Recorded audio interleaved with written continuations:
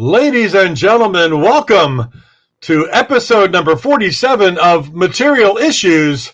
I'm Mark Hershberger of Pop Detective Records, and joining me as always, my good friend from the West Coast, president of the International Pop Overthrow Festival, David Bash. How are you tonight?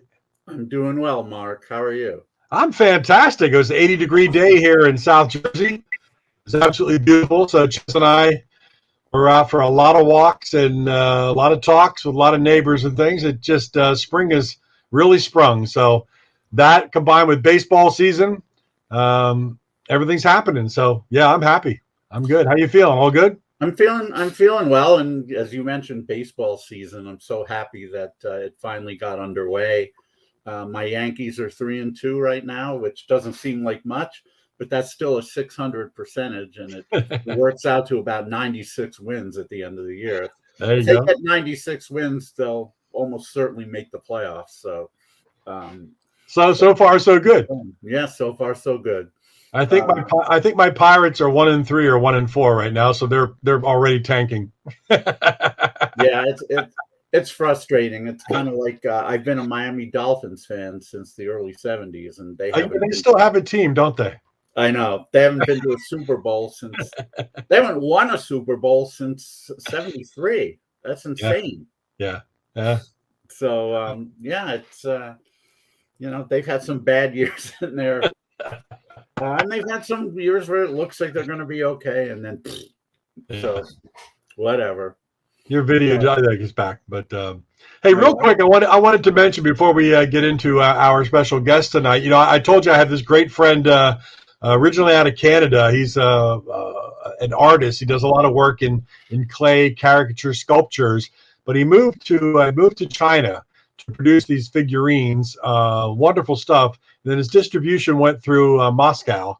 And obviously, with everything going on in the world, that's messed up. But he did personally send me one of his newer creations, and it's Angus Young. Take a look at this. This is his caricature of AC/DC's Angus Young. And he's going to be producing a lot of things like this, but he's going to do the entire band.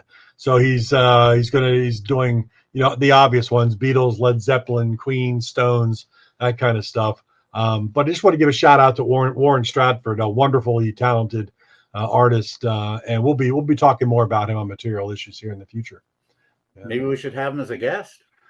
Yeah, that'd be awesome. We could talk all about this kind of thing. I'm sure he'd love it. If he does a Blue Ash group of dolls, then I'm a doll figures. Then dolls. I didn't play with dolls when I was a kid. My brother's going to give me crap for calling. Exactly. You're already going down right now for saying he collects figures of all sorts. So, but anyway, speaking of figures, we have a prominent figure in the world of Major League Baseball coming up as our guest. He was an outfielder for the Texas Rangers, the New York Yankees, and the Atlanta Braves in the late 70s and early 80s. Then he became an announcer for the Braves and the Seattle Mariners, and also wrote a book about the 1985 Yankees, which I have to ask him about. I need to buy this book also, which I will, but I have to ask him about it because the 85 team, of course, had Billy Martin managing them, and had Ricky Henderson for their first year. I forgot to take down I need to take down this display that I want to show him, so I'll do that when we get underway here. But he's a great guy, and we're really glad that he took the time to join us on Material Issues. So would you please give a huge baseball welcome to Mr. Billy Sample. There he is. Thank you, David. Thank you. Thank you. Hi, Mark. Good evening, Billy. I appreciate that. That's really nice. I can fool some of the people all of the time. Well, here's what happened, Billy. When I made the mistake, when I mentioned that you would announce for the Yankees, I had conflated you announcing with the other teams with when you became a Yankee. Somehow in my senior moment brain, and this happening almost 40 years ago now, I got confused. But I do remember when what it was I had finally gotten cable, and I'd heard you on TBS. TBS. Yeah. And I just remember I didn't know it was you at the time, and I remember saying, "Wow, this guy's a pro." I mean, what a voice! Well, thank you. Jeez. Seriously, and then I found out that you were a former baseball player. I mean, I knew who you were, of course, but it's like, wow, this is like the best announcing athlete I've ever heard. Oh my goodness, thank you. No, seriously. Where were you, David, when I needed an agent? I know, really. Or even as a player. Somebody help me. It was fun. It was fun in Atlanta. They treated me great. Pete, Skip, Ernie Sr. It was a fun group to be with, and when I was paired with Skip, oh my goodness, because Skip was pretty much like he was on camera, off camera, and he could be a little sardonic and a little sarcastic, and he was fun to be around. And almost the opposite of his dad. Yeah. Did you ever get to meet? Yes, I did. Yes, I did. I got to meet Harry, and Harry remembered us meeting before, and I said, "No, I don't think we have." And he kind of looked at me like, "Kid, you're losing it." And then after he left, I did remember that I had met him previously to the time that we met that time in spring training. Yeah, that's amazing because people. Most people, when they think of Harry, they think of him as this boisterous Cubs announcer that's drinking buds and by the seventh inning, he's completely tanked. What a lot of people don't know is like earlier when he was an announcer, especially for the Cardinals, he was as pro as anybody else. Yeah. I mean, you go on YouTube and you watch some of those 68 World Series games. Yeah. I mean, the guy was great. I can imagine what he and Jimmy Pearsall were like when he was doing the White Sox. Oh, Jimmy Pearsall. Oh my goodness! Occasionally, I had to walk inside the clubhouse, maybe after finishing at bat and needing to, I don't know, change uniforms or something, and I would hear bits and pieces of those two. Oh my goodness! And I was a visiting player. I can imagine how much fun I was having. David, did you know that Billy was I just read this today, the 11,691st player in Major League Baseball? There was an interview you did, Billy, somewhere that I thought he was 11,695th. So okay, yeah. David, don't beat yourself up about that. I was just correcting you just because you put it on my timeline, and I didn't want people to say, "Hey, wait a minute, I don't recall him with the Yankees as a broadcaster." That's the only reason if I didn't think anybody would say anything, I'd just let it go. I've got bigger battles to fight. Yeah. And Billy, you grew up where? Salem, Virginia. Salem, Virginia. All right. Athletic family, bunch of brothers, sisters that played. Or what got you into, playing ball early on? Well, I guess everybody played ball, and my dad was a backup shortstop in high school. He said he played behind Johnny Sample, who some of you might remember as a football player. I do. The Jets and the Colts in Washington. And he would throw the ball occasionally with me in the yard. He was working. He didn't have a lot of time to come home, but it was always a treat when he did have the time to throw the ball around. You could see just what a slick fielder he was. But aside from that, I'm the oldest of four boys. I'm 5, 6, and 7 years older than my brothers, two of them who have passed on since. But they played a little bit, but I think I was the one that sort of internalized sports. And I tell people I was a better football player growing up because after 50 years, not many people are around to remember it. So I could get away with that. Joe Pepitone did the same thing. There's a guy. We need to get Pepitone on the show. Oh my goodness. He's what now I grew up watching in Virginia, and back in those days you just got the game of the week. And the Yankees were on quite a bit even when they weren't playing well because of the media market. And so I would see Pepitone and Richardson and Kubak, and to have reached a level, Boyer third, to have reached a level to where I'm interacting with them was really, I thought was really cool. And Joe and I had been at some fundraisers, especially in Greenwich, Connecticut, and he'll talk about me like we were teammates. He will Oh, get wow. on me like we were teammates, and I think I was 7 years old when he first got to the big leagues, maybe even younger than that. So that's really cool when you can have that kind of association with people that you watch play when you're growing up. Bobby Richardson, one time I had to speak behind Bobby, and many of you know Bobby is this evangelical minister, and he could talk 50 minutes without a and or anything. And I told him after that, I said, the last time that's happening, I'm speaking behind you. Tough act to follow for sure. Yeah, that was just even mentioning Pepitone and Richardson in the same breath. You probably can't find two more opposite people. Tony Kubek, remember because Tony was a longtime broadcaster, as you know, and you couldn't beat Tony to the ballpark. I tried. When I was broadcasting with the Angels, their radio in 93, 94, and Tony was with, I think, the Yankees then. Was it the Yankees or Blue Jays? I think the Yankees. And I would try to get to the ballpark before he would get there, but he was so prepared. You couldn't get to the ballpark. And in Atlanta, Pete Van Wieren was about the same. He would get there, and he'd already talked to scouts before you've gotten there, and I got there fairly early. I think we're going to get to some of those questions. I have some questions about your broadcasting days, but going back to growing up, high school, baseball player. Were you something special in high school? Did you see it coming at all?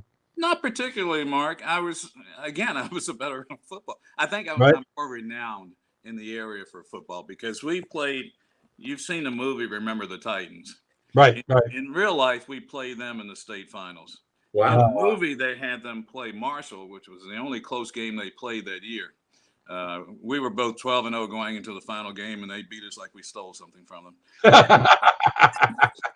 And, so they didn't really depict. The only thing that depicted us was that the game was played in Roanoke, Virginia, which it was. And that, spoiler alert, Bertia, the linebacker who had the accident, he actually played in the game. He didn't have the accident until later on, but you can see how that made Billy, I got to tell you, my pet peeve is when people do period movies or TV series and they get that kind of stuff wrong. It drives me. I'll give you an example of what really bugged me. There's a show right now on HBO Max called Minx. I don't know if you've seen it. It's about a feminist back in 1971. A feminist wants to start her own magazine, and she gets connected with this guy who does porn, and they end up doing a female nudie magazine with men in it, but also articles about feminism. And it's clear it's 1971, and there she is on the first episode singing along with "I Am Woman" by Helen Reddy, and I said, no freaking way. That song came out in 1972 and wasn't a hit until the end of the year. I said, that could not have happened. I mean, I realize it's a feminist anthem and they wanted to use it, but come on, get your timelines right. The players, we've had 2 anniversaries of that game, and their players didn't seem to mind. In fact, a lot of them have made that since that movie have been motivational speakers, in part because of that. So they seem to be okay with it. I'm just trying to forget it. So your son's a motivational speaker now, isn't he? My youngest son, Travis, yes, he's a trainer and a motivational speaker. He's about the total package. But David, when you were talking about the movies, my oldest boy, he's a screenwriter. We're waiting for him to hit that big one. And he also played football at the University of Hawaii, which I'm really impressed with because I'm like, well, you're playing. He walked on. And June Jones era. I mean, he caught Tim Cole Brennan's NCAA record at the time in 2006, 50 touchdown passes, I think. It was later broken. LSU quarterback who's now with the Bengals. I'm getting that age. I can't. Joe. Yeah. All right, who can we get up first? Burrows. I don't know. Burrows. Burrow. Yes. Yeah. Oh, Joe Burrow. Yeah. Burrow. Yeah. So Ian caught 10 of the Colt Brennan's NCAA record before Burrow broke it at LSU, and but he's a screenwriter, and he had an opportunity to be a script doctor with Marilyn McCoo and Billy Davis Jr. of the Fifth Dimension. And Wow. I'm excited. I'm like, wow, really? Really? And he's calling me, asking me, what was it like in 1965? I'm trying to steer him correctly, but There's some people I'd love to have on the show also. There you go. Yeah. Yeah. And I hope they greenlight that project, because I Yeah. think a lot of people good from luck, our definitely. generation would watch it. Would love it. Would Some of love the it. Yeah. Yeah. Now, Billy, you and Jack McDowell have well, a lot of things in common, I'm sure, but one is that both of you got drafted out of high school in lower rounds. He in the 20th, you in the 28th, and both of you chose not to sign to go to college. And then it turned out to pay dividends, because then you both got drafted in much higher rounds. David, I was drafted by the Rangers. Joe Branzell was the scout. And back in those days, it was long before it was on TV or MLB Network or .com or anything. Right. So I waited around. A group of us went down to Myrtle Beach. They're all athletes. I think we had 2 football players and 2 baseball players, and a couple of basketball players, and we're all sharing this one room. And I'm waiting around to get the call. So finally I get it day 2 of the draft. And I get the call, and it's Joe Branzell. And he says, Bill, this is Joe Branzell of the Texas Rangers. We drafted you in the 28th round. And he could hear my disappointment. And at the time, there were 24 teams. He said, well, Bill, 23 other teams passed over you 27 times. As if to say, don't blame us for drafting you. Wow. What a thing to say to somebody. Holy shit. Oh. I mean, where did you think with some reality here? Where did you think you would be drafted? Somewhere in the teens. The scouts had told me. I believed them. Why would they lie to me? Yeah, right. No, nobody in baseball lies to anybody. No. And then you ended up going to, at the time, was Madison University, which is James Madison now in Virginia. And it used to be an all-female institution, Mark, up until about 1969, I think. It was all female, and it was 3-1 by the time I got there. Yeah, I couldn't buy a date. Anyway. But Brad Babcock, who we just celebrated, he died about 1.5 years ago, but his number was retired just last week. And he was a tremendous recruiter. And from what would have been my sophomore year, I had 6 teammates sign pro contracts. Wow. Todd Winterfeld, who was our center fielder from Seaford, New York, he was a 5-tool player. He played AAA ball in the Mets organization. J.W. Mitchell, a shortstop. Jim Barber, first baseman, played AA ball. Tim Simonis and Roger Lee played independent ball. And Mike Lacaze was a teammate of Cal Ripken Jr. in the Orioles organization. Wow. Yeah, so we had a pretty good from going 4 years maybe of having a baseball program to having 7 guys sign pro contracts. We're pretty good. And a 3-to-1 ratio. I mean, I would have gone there. Athlete, you couldn't get any dates. Here, Mark, I'm sorry. I guess you still have to have some semblance of a rap, don't you? Yeah. I wouldn't know. You just made me feel a whole lot better. What's that, Mark? You just made me feel a whole lot better. You know? It's good. It wasn't just me. Yeah, no, you guys, a musical background. Now, come on, you guys have. I don't know, man. I played in bands all throughout college and whatnot, and people would say, "Oh, you dog," and I'd go, "Oh, what?"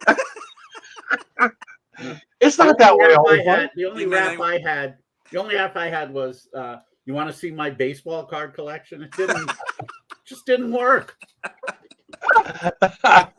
And then Billy, go ahead.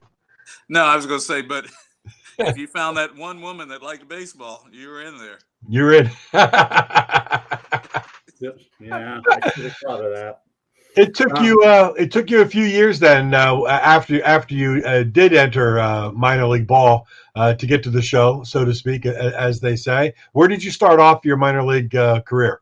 Sarasota, Florida. Florida. Rookie ball or low A ball. Joe Klein, who was a tremendous baseball man, he was the assistant farm director back then. I guess they're player personnel directors now. but Joe would manage the team that he had drafted. And he had us gather around one time, and there were about 25, 27 of us or so. And he said, take a look to your left, take a look to your right, pick out another person, because that's all that's going to make it to the majors. And he wasn't saying it to scare us. He was just saying those are the odds. Yeah. Steve Comer, a changeup throwing right-hander, preceded me to the majors. And Brian Allard, a sort of stylish right-hander, came after me and pitched with the Mariners and the Rangers. And I think that's it. I don't think Steve Finch got to the big leagues. So maybe Steve did get to the big leagues. I'm not sure. Sid But I know Finch Brian and Sid Finch, right? With those big feet and the long arms. and 150-mile-an-hour fastball. Yeah, that's right. But that's interesting, though, in A ball to know that you look around and that's the odds. You know, Yeah, that's how hard it is. Let alone moving your way up to AA, AAA, and you know, and then making it to the big time. The odds are really stacked against you, no matter how good you are coming out of high school. Yeah, Mark. Yeah, and our first round pick, I can understand why he was a first round pick. Didn't get out of A ball. Who was that? Just Bill Simpson. Bill Simpson. He was out of California. Yeah, he had a good arm, good bat speed, good. Had a lot of good things going. I can understand why he was the first pick. Didn't get out of A ball. Right. Did he get hurt or No? just He might have had trouble with the slider, but so did a lot of us. Well, I mean, you know, as David had mentioned earlier when we talked to Jack McDowell a couple of weeks ago, so much of it once you get in there is how strong you are mentally, you know, and how well you can handle everything going on to you, and also the physical side of things. And you can come flying in there with all the physical tools possible, but if you don't have the whole package, that's where you start weeding everybody out. Not many people get to that next level because of that, you know. Well, if you're a high draft pick, now back in the day, in 76, first round picks are not making the kind of money first round picks are making now. So if you're paying somebody $3 to $5 million, you're going to make sure they can't play. Whereas if you're a low round pick, you have to prove that you can play. So that's a little different now than it was before. But yes, you're right. You can go through a lot physically and still not have the emotional and mental strength to get further. It's tough that way. And unlike, you know, the corporate world or whatnot, where people go to college and then they entry level positions, and longevity says a lot for, you know, working in that type of environment, moving your way up. You know, in sports, it doesn't work that way. You know, no. Just because I knew I could hit a fastball, so that helped. And I went from rookie ball to AA ball, but I was so marginal that I had to carry the manager's golf equipment in my car from Plant City, Florida, to Tulsa. And at Tulsa, guess who was one of my owners, one of the team's owners? Roy Clark. Oh, wow. Yeah. So that makes cool. sense. Yeah, Roy would come and take infield every so often when his schedule permitted. And he wasn't bad. He looked pretty good. He was okay. Yeah. Wow. Did Charlie Pride ever come around? Yes, in spring training, Charlie was a fixture at Pompano Beach when the Rangers were training there, and even before I got there. But whenever his schedule permitted, Charlie would come down and look good, because Charlie had played in the Negro Leagues in the 1950s. Right. So he had a good stroke, and I know he was a pitcher. I don't think he threw any BP or anything, but he would take his swings in the cage. Like I saw a video where he got a hit off of Jim Palmer in an exhibition game. That's cool. I really enjoy when entertainers like that cross over and for sure, show their love of the game. In fact, Billy Crystal didn't fare quite as well. No, but that was a nasty cutter. That 3-2 cutter. Oh my goodness. Oh, I haven't seen a pitch like that in a long time. A lot of us would have been taking that bet back to the dugout on a pitch like that. I mean, you're obviously you're modest, so you're being self-deprecating, but you know, you couldn't have been a marginal player even in AA. I mean, you made the majors, so there had to be something going on. Thank you, David, for saying that. I still have the Texas League record for most errors by a second baseman.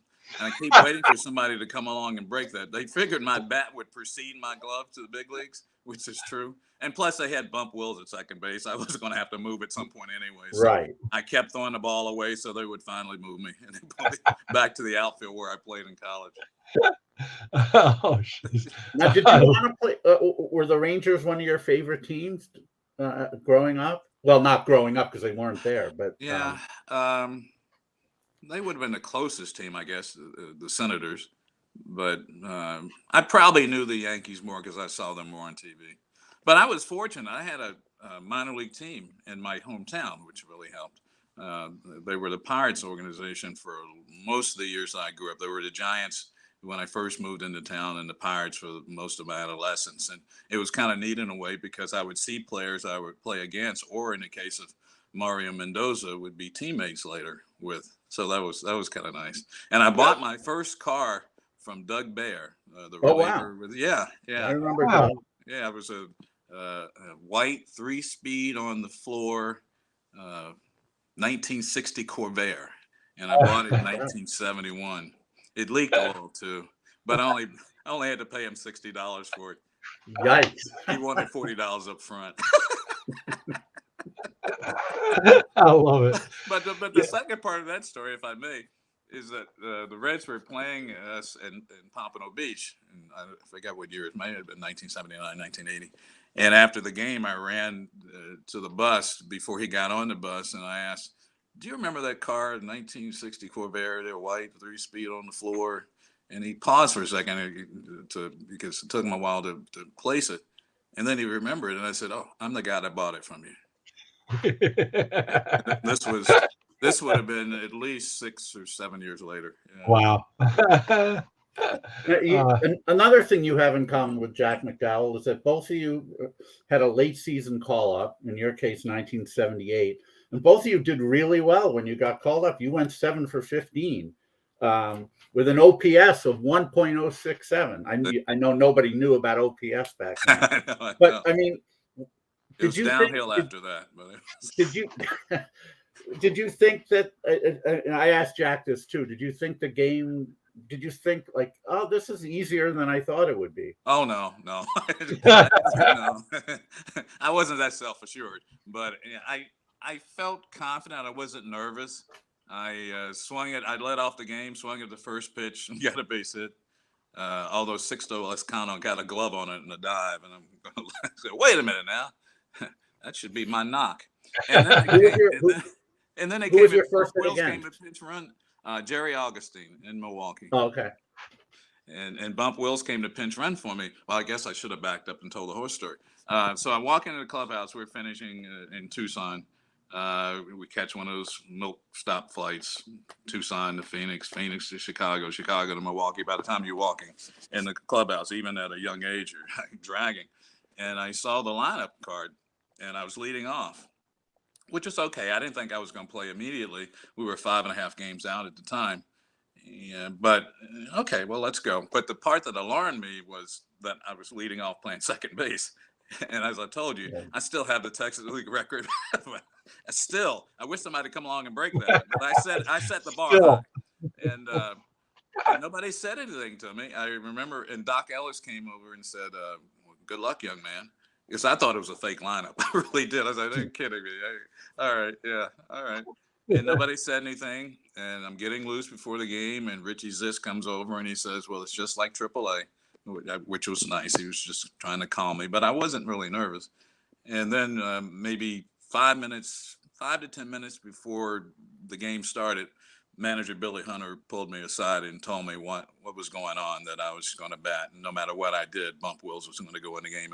They were trying to give Bump one less at bat from the right side because they thought he was struggling a little bit from the switch hitting wheels from the right side. Yeah.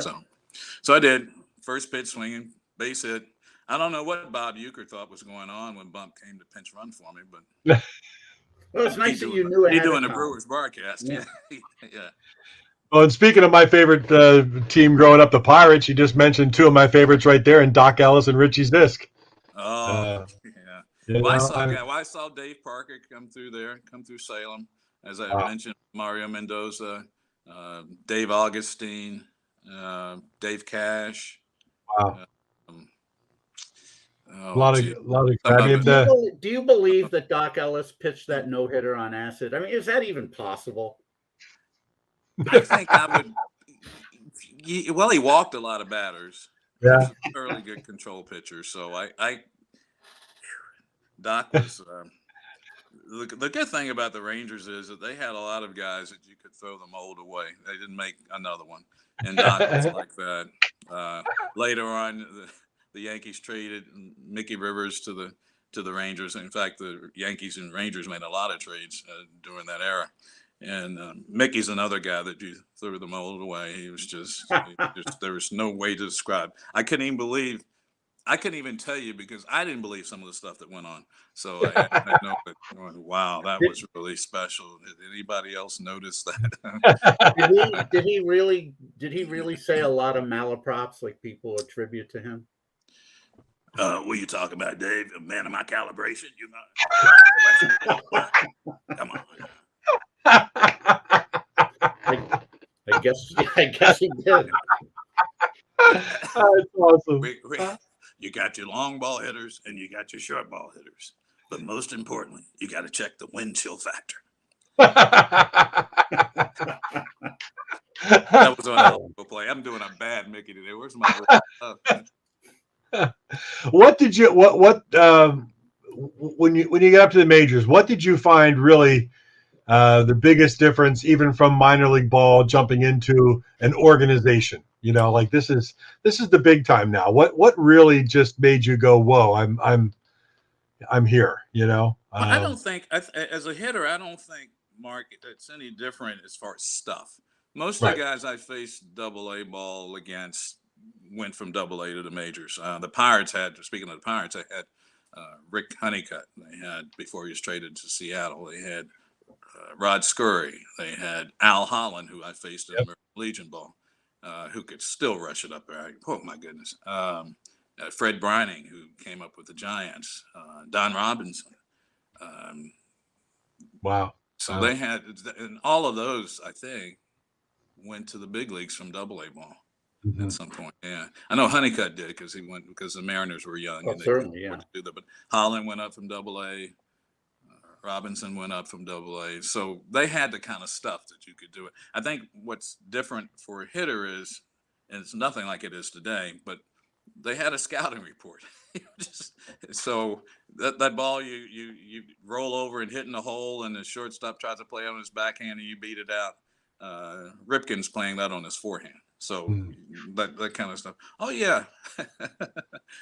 They want you to hit it hard. Yeah, hit it right at the person in the hole. That's the way they want you to do. Yeah, Flanagan throw that little tight slider and you'd hit. Because he had so many other weapons to get you out with. You got one, you better lay into, and yeah, right there. That person. Speaking of laying into it, of course I'll never forget the home run Jose Canseco hit off of Flanagan. That the camera was focused on, I think, the second deck. All of a sudden it shoots up. It went into like the hotel or something. Oh, at Skydome or at Flanagan said, hey, if I'm going to give one up, it might as well go that far. And you see Canseco rounding the bases, and he's just going like, that isn't even my best. I didn't get it all. Who was the toughest pitcher you ever faced? That's a good question. Who was the toughest pitcher for you that you ever faced? I thought we only have an hour today. Oh, I don't know. There were a lot of them.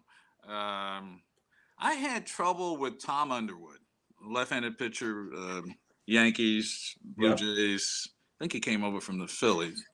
Yeah. And to the point where both he and I knew I had trouble with him.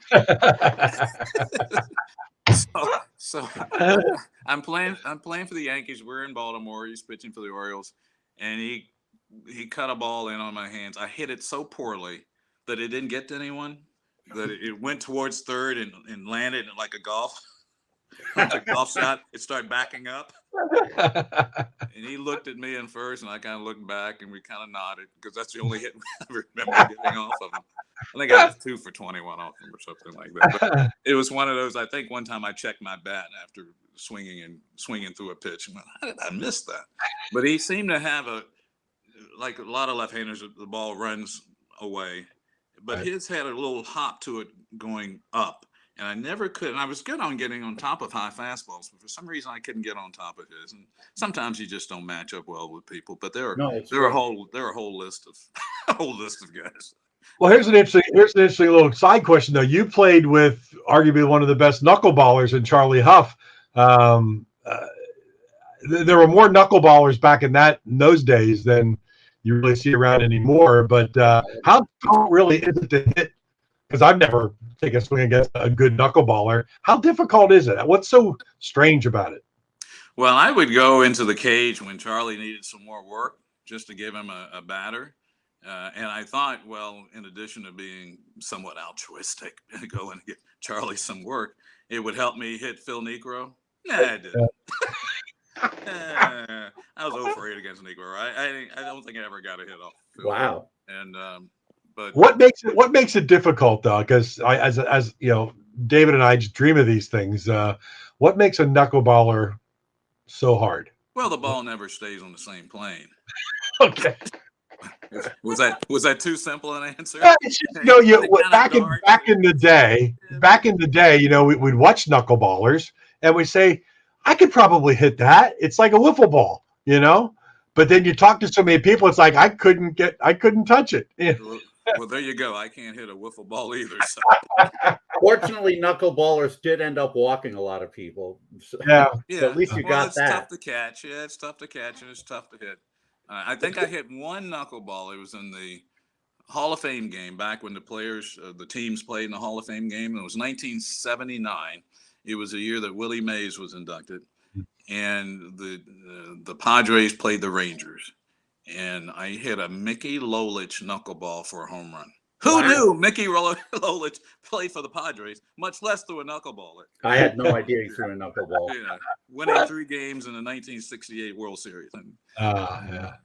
11 years later, some upstart hits a home run off its knuckleball. Wow. Fascinating. It fascinates me. The Negro thing dovetails nicely into what I want to ask you about next. The '85 Yankees, because I was a huge fan. And when the Yankees got Rickey Henderson, I was ecstatic. He quickly became my favorite player. And you had my favorite player on the team, and you had my favorite manager in Billy Martin. And I just got to know, can you tell us anything about Billy Martin that people don't know? Because obviously there's the image of the drinking, the temper, the fight with Whitson. The being hired and fired by Steinbrenner like 700 times. What is there anything about Billy that people didn't know? You're probably going to enjoy my book, David, because I mentioned Billy Martin and Ed Whitson and that altercation. I wasn't there at the time. I was in the bar the night before. I was going to ask you. The night before. And somebody almost jumped in his face that night, Billy Martin. But I'm in about 4 books about Billy Martin, in which he told Gossage to hit me in the head in spring training. Whoa. Yeah. So I may not be the most objective person. And speaking of which, I just ordered your book today off of Amazon, and from what I've read, it's fantastic, but too short. So evidently, you need to write a sequel. Yeah, it is short. It's about a 2-bathroomer. Yeah. Okay. All right.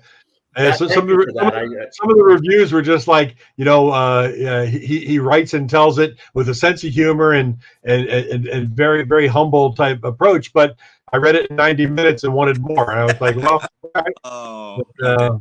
Keep them wanting. Yeah, keep them wanting. Yeah. Well, thank you. Thanks, Mark, for that. Yeah. I look forward to it. It's supposed to leave you with a smile, and that's pretty much the way it. Tell us about Rickey. I got to know some stuff about Rickey that people don't know.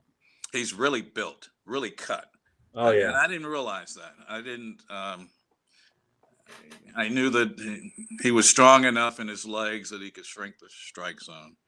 And Billy Martin with Oakland got the umpires not to call that pitch that's about right there, because Rickey would come out at a diagonal and hit that. If you threw it 86, he'd take you deep. He'd throw it 96, he takes it for a ball. And I'm screaming from the outfield, "That's a strike on me!" And but he was really, really cut, and just leg strength that most people don't have. The way that he can bounce off first base and take off from a bounce, not many players can do that. And I think that set him apart. But he was going to either Arizona or Arizona State on a football scholarship. And his scout and his mother talked him out of it somehow. And There's his mom. I don't think his mom didn't want him to play football, probably to get hurt. And so he hurt a lot of feelings. And I think he made the right decision, though. Yeah, I think so too. And there's one time we were playing in Oakland, I'm with Texas, and we have a 7-0 lead, bottom of the ninth. Ricky's on second, 2 out, and he takes off for third. And I thought, please, if he never gets thrown out, let him get thrown out now. His run means nothing. And of course, he steals the bag, but anybody else gets thrown out at the end of the game. What are you doing? Running down 7. So I asked Ricky about that when we were teammates in New York. It was in 1982. He sort of said, "Well, I was going for the record." Okay, well, that explains it then. All right. No, in this, it's unfathomable to think that the record will be broken, especially the way baseball is being played now. What do you think? What do you think about the game now versus when? I mean, you've got the analytics, you've got obviously people swinging for the fences almost every time. It's a totally different mindset. But I mean, compared to when you were playing, what do you think about how the game's evolved? Well, I think the powers that be figured out that there's a greater correlation between offense and revenue. Right. So you do whatever you can. Let's say back in the day, Mark goes deep, David, you go yard, I come up next, I get hit in the neck. My own teammates would have said, "Hey, dude, guys in front of you just went yard. You should have been on your toes." Yeah. Now the same situation happens. The pitcher might immediately get kicked out of the game. So you're protected a little bit because offense is of a premium now, where it wasn't so much. Because the people that could enjoy a 3-1, 2-1 game at Dodger Stadium, they've already got. They're looking for that discretionary income person that's in Covington, Kentucky, going to Cincinnati, where the final score is 9-6. It might not have been a good game, but 5 home runs, and you go back home and you're excited because, as a kid, because you saw the scoreboard explode 5 times. Right. So that's kind of what they're shooting for, and I kind of get it. I'm an old timer, but I kind of get it.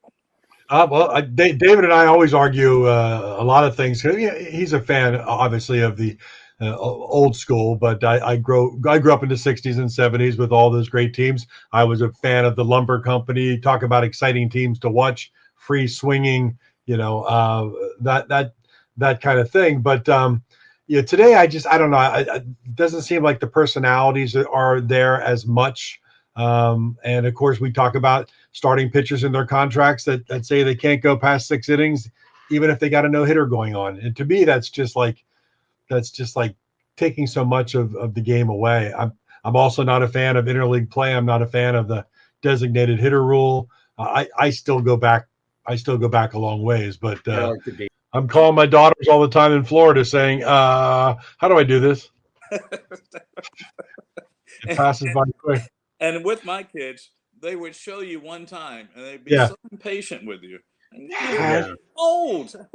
We didn't grow up with this technology. And they boom, boom, boom, boom, boom, and they're going out the door somewhere.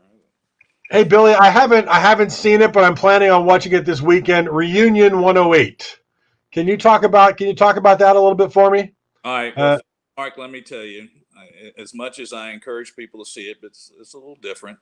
I have to warn you as well. It's a strong R. In fact, when the person from the classification board called, and he was a baseball fan, it was good, and we were talking about baseball in the 50s, and he really enjoyed the movie, which was flattering. But when he said a strong R, I was yelling around the house because I thought I had a good chance to be an NC-17. And I wouldn't have made up the $2 I made on the movie after all. It's a clubhouse movie. It's a little in your face. It's a little sarcastic, a little satirical, a little sardonic probably in places, but it was a lot of fun. And we shot it in about 23 out of 25 days. We had about 25 SAG actors, which means they had to get paid first. Right. And, Yeah. And it was just a hoot. And you produced it. You produced it. I was producer, and I'm in it too much No. as well. I'm in it way too much. But it was my oldest son Ian, the one I mentioned before with Billy Davis Jr. and Marilyn McCoo. He helped produce it as well. We had 4 former major leaguers, I think, including myself. Fernando Perez probably had the biggest role of the ex-athletes. He stole a base in the 2008 World Series, Rays against the Phillies, and but he was a delight. It was John Foster was in it, a reliever with the Braves from back in the day. Joe Arsanio, reliever with the Yankees, he was in it as well. So it was fun. There was a lot of flashback scenes and a lot of scenes based on some of the things that happened to me. I probably won't tell you which ones were mine. Yeah, no spoilers. Yeah, because you guys have a pretty good, very complimentary image of me. So I'll wait till you see the movie so you can ruin it then. And we'll watch the movie. We'll have you back on in a couple of months, and we'll say, all right, let's talk about some of this. It was fun that way, and it's just something I wanted to do. I thought, well, I'm living in the New York area. It'd be better if I do it now. I may not ever get the opportunity again to do it, so I did, and I'll be paying some of my investors the rest of my life. But it was still worth it. It was still glad we did it. That's all right. David and I do a lot of that stuff as well. You know, with the record label, the festivals and things. It's like, well, you know, we wanted to do it, but we'll be paying for this forever. Yeah, that's okay. With me. I was most versatile my senior year in high school, so I keep trying to live up to that versatility. So that was one of those. But it was a lot of fun. I don't think anybody complained about the fun and the enjoyment we had on set.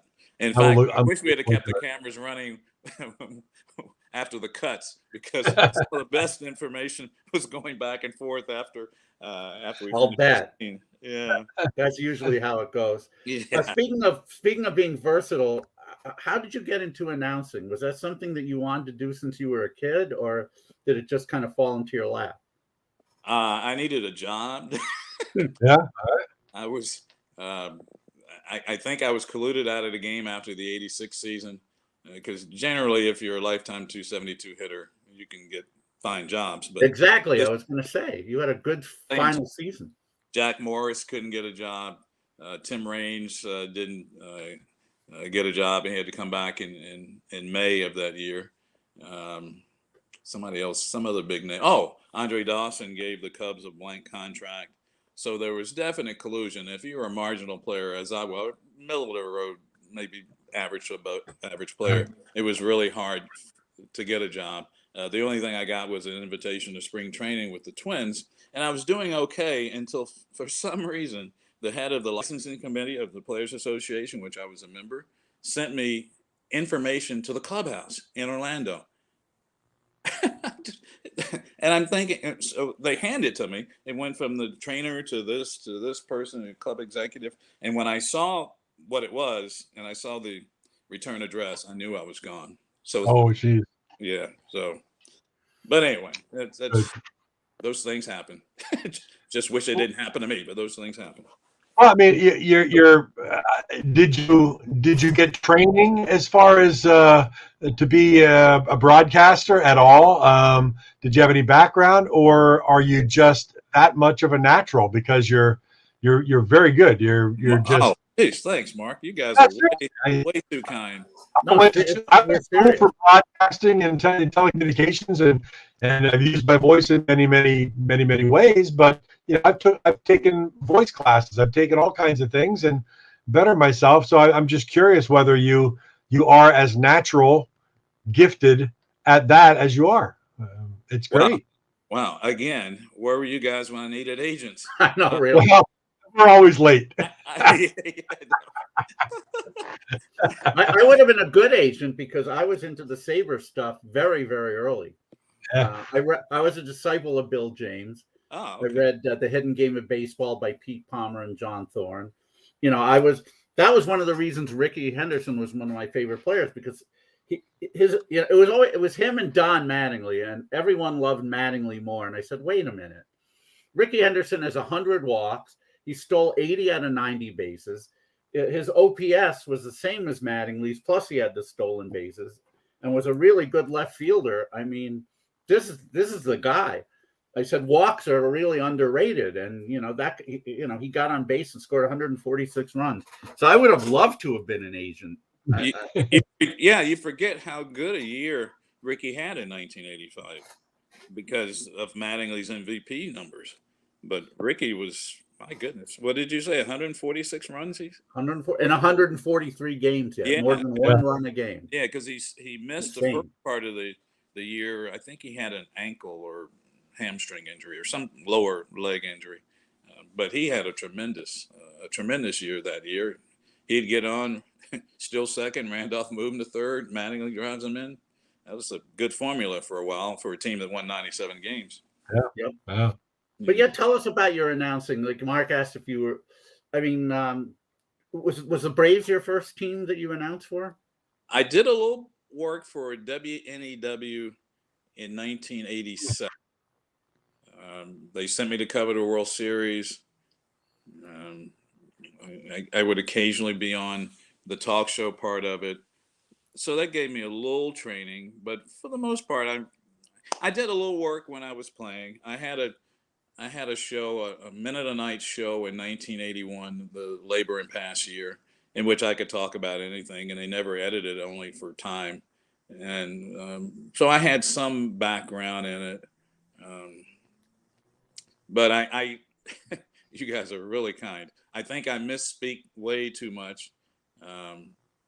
But I thought I could bring some things, especially doing play-by-play, that I wouldn't have to wait for the play-by-play person to do. So when I was with the Braves, they were gracious enough to give me at least an inning, both on radio and TV, the first year, and an inning and a half the second year, so I could direct my knowledge and my insight a little easier to the broadcast. And right. I thank them a lot for that. And speaking of your knowledge and insight, I read an article about the things that you wouldn't miss from playing baseball. And one of the funniest lines that I read in there says, you're not going to miss, I got to get this right, pitchers bragging about their complete games of the inning variety. Yeah. Figure that one out. And I immediately knew what you meant by that. There's probably not a lot of love lost with pitchers in me. And some of that was pitchers on my own staff. That was just such a great line, though. Who was your broadcast partner with the Angels? Bob Starr, the late Bob Starr. Oh yeah, Bob Starr. What a great voice. Oh, and he did football there too as well. Well, he did all the sports, but Bob would. I still laugh because we'd have these Snapple reads, live reads, and he would go through the whole Snapple thing, and he would add to it, and it would be really syrupy and really like you want to turn your head. And then I'd make that motion, and he would just pat his wallet. Yeah, see, this is what I mean. This is stuff you never hear. Do you know, David, the best place to hear the backstories, if you could afford to go to the winter meetings, because it's everybody's welcome. I don't know if you need any special invitation. Really? Oh, yeah. Wouldn't have thought that. Yeah, at the winter meetings, at the bars, from about 10:30 to 1. that's where you get information, especially after a couple of people got liquored up a little bit. You would get some of the best insight. That and spring training. I would tell people if you have an opportunity to go to spring training, because you're a little more restricted now than you were back in my day. But back in my day, you'd go to spring training and you could be probably as intimate with the players as you'd like. Wait a minute, let me back that up. Well, that might be true too. But that'll be in your sequel. Okay. Yeah. All right. Oh, dude. Good stuff. Oh, good stuff. Yeah. What a pleasure. But the players know who, for the most part, who's going to make the team. Probably 20 of the 25 players know that they're going to be on the team, and maybe even more than that. So it's a little more relaxed. You can interact, I guess would be a better way of saying it. Or if you can't hang around to those bars later at night. This has been an absolute pleasure. It really has. You're a great guest. You obviously love talking about your career and the career of others. We really appreciate your time. Oh, yeah, David, thank you. Been fun, Mark. Billy, thank you so much. David and I go back and forth about baseball quite a lot, and it's been a pleasure to have you on our show this evening and be able to talk to you about those days and everything you've done. So, great, and thanks for everything. Yeah, thank you. Thank you too. I'll be getting your book. Can I borrow Mark's voice too? I might go. Yes. Because I might even do well at a school that's 3-to-1 female males. Your voice, no disrespect to Mark, but your voice is, yeah. Yeah, indeed. Thank you, David. I really appreciate it. That's his real voice right there. That's his real voice. Thank you. I appreciate it, guys. Billy, be safe, be happy, healthy, and best of luck in the future as well. And thank you for being on Material Issues. Likewise, Mark. Bye, Take care. Have a great night. Well, David, there you have it. Episode number 47 with Mr. Billy Sample. Wow. Yeah, he's great. Was that fun? Yeah, we got to get some more ball players. That was a lot of fun. I just, I was really curious about, because obviously he has a great voice. And I was just curious whether that, your voice can be naturally that good, but to be as fluid with the language, whether there was training at all, but it really comes naturally to him, and that's pretty impressive. That's really cool. Yeah. And no, like I told him the first time I heard him, I didn't realize who he was. I just tuned into the game and I hear this new announcer's voice. It's like, wow, this guy's a pro. And then I find out it's a former player. It's like, how the hell did that happen? Yeah. Because, most former players, of course, they can offer insight into the game, but they don't have that kind of fluid speaking voice that he does. Yeah, great stuff. Great stuff. Yeah, good one. I enjoyed that. Speaking of great stuff, we will have some great stuff. We'll be back doing some music with some music-related guests coming up in the next few weeks. We're coming back next week. We'll be here if they don't cancel us. So far, I haven't heard. I think we're okay. Well, we're approaching. That was episode 47, so we're approaching our 1-year anniversary coming up here shortly. And but who do we got going on next week? Well, next week we have, as I mentioned before, we have the daughter of, the most prominent songwriting team of all time, Carole King and Jerry Goffin, and a great musician in her own right, was released lots of albums over the years, including one recently. And yeah, we're looking forward to having Louise Goffin on next week on Material Issues, episode 48. Yeah, awesome. And then on the 27th, we've got one of my early 70s rock bands, Artful Dodger. We got two of the original members, lead singer Billy Palicelli and bass player Steve Cooper. He's really the archivist of the band. And as Jordan Oakes had mentioned earlier, you don't see many interviews with Artful Dodger. So people are going to tune in because we got it here on Material Issues. Let's see if we can get Jack Wild on also, because he was the Artful Dodger. Yeah, then we'll get the actual Artful Dodger.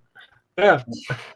or I would say, yeah, I think he's still with us. I don't know. I mean, I know, unfortunately, Davy Jones, who did it as part of the live performance, so he's not. But we'll try and get an actual Artful Dodger from somewhere. Or HR Puff and stuff. We'll get. There you go. And then the following, now we can actually announce that we do have a scheduled guest in May. The following week on May 4th, great talented husband and wife team. Although they really haven't worked together much, but you know, the husband we know as one of the main men of the great Philadelphia area band Wanderlust, who released a really good album last year after so many years on hiatus. He moved out to LA, and he's done several of his own records as well. Just a truly talented guy. Mr. Rob Bonfilio will be part of our guest tandem next week, and as well as his wife, who is probably best known as one of the three ladies from the huge platinum band Wilson Phillips. Also, the daughter, one of the daughters of the great Brian Wilson. Just a really great lady. She's actually come to several of Rob's IPO performances, and always roots him on and IPO on. And they were also on that family swapping. I forgot the name of the show. I'll have to look it up. But they were one of the celebrity couples that swapped families with another one. And I gotta ask them about that, because I remember watching and thinking, this is so freaking weird. But and I know that Rob was fairly uncomfortable with it. But anyway, we're talking about Carney Wilson, of course. And so Rob Bonfilio and Carney Wilson on May 4th on May 4th. Yeah, mark that one down. Yeah. And of course, we've got other irons in the fire. We've reached out to a few people, just waiting to hear back from them. I will be heading to Liverpool on May 13th. So we're hoping that we'll be able to do something live from the cavern that following Wednesday, the 18th. We're going to see how the internet connection is, because it would be great to do something live from the cavern. That would be pretty cool. It would. Well, hopefully it all works out. Then on the 25th, I'll be in London, but at 11 p.m. GMT, I'll be coming from my hotel or wherever I am, and we'll see who our guest is that week. But it'll be cool. And as you mentioned, we're going to have a few weeks in there where maybe it'll just be you and me. Yeah, just talking music, talking things we've been listening to, or therapists we've been talking to. Yeah, right. We've got some great stuff coming up in the next few weeks. So if you haven't joined the Facebook group and or told all your friends to join the Facebook group, or over on materialissues.com on YouTube, subscribe there, please do. It'll keep you up to date as to who's coming up and what's going on. And all the archive shows, 47 shows now, are archived right here on Facebook and on YouTube. So check it out. Yeah. Absolutely. It's so much fun for us to have these really great guests every week. And it really is. And of course I have fun doing the show with you every time. So it's the same, buddy. Everyone, have a great rest of your week and weekend, and we will look forward to seeing you next week with Louise Goffin on Material Issues. Good night. God bless. Absolutely. Peace.